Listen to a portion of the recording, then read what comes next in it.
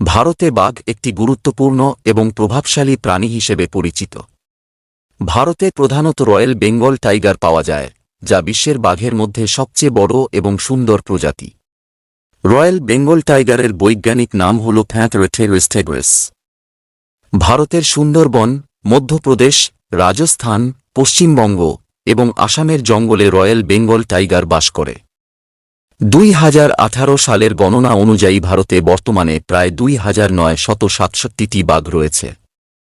একটি পূর্ণবয়স্ক পুরুষ বাঘের ওজন প্রায় 221 কেজি পর্যন্ত হতে পারে এবং এর দৈর্ঘ্য প্রায় 3 মিটার পর্যন্ত হতে পারে। বাঘ প্রধানত হরিণ, বুনো শূকর, গরু এবং অন্যান্য ছোট প্রাণী শিকার করে খায়। বাঘ সাধারণত জঙ্গলের গভীরে একাকী অবস্থায় থাকতে পছন্দ করে। ভারতে বাঘ সংরক্ষণের জন্য সরকার বিভিন্ন উদ্যোগ গ্রহণ করেছে। 1973 সালে টাইগার প্রজেক্ট শুরু হয়, যার উদ্দেশ্য ছিল বাঘ এবং তাদের বাসস্থান সংরক্ষণ করা। বর্তমানে ভারতের বিভিন্ন জাতীয় উদ্যান এবং বাঘ সংরক্ষণ কেন্দ্র রয়েছে, যেমন আসামের কাজিরাঙ্গা জাতীয় উদ্যান, রাজস্থানের রানথম্ভোর জাতীয় উদ্যান এবং পশ্চিমবঙ্গের সুন্দরবন জাতীয় উদ্যান।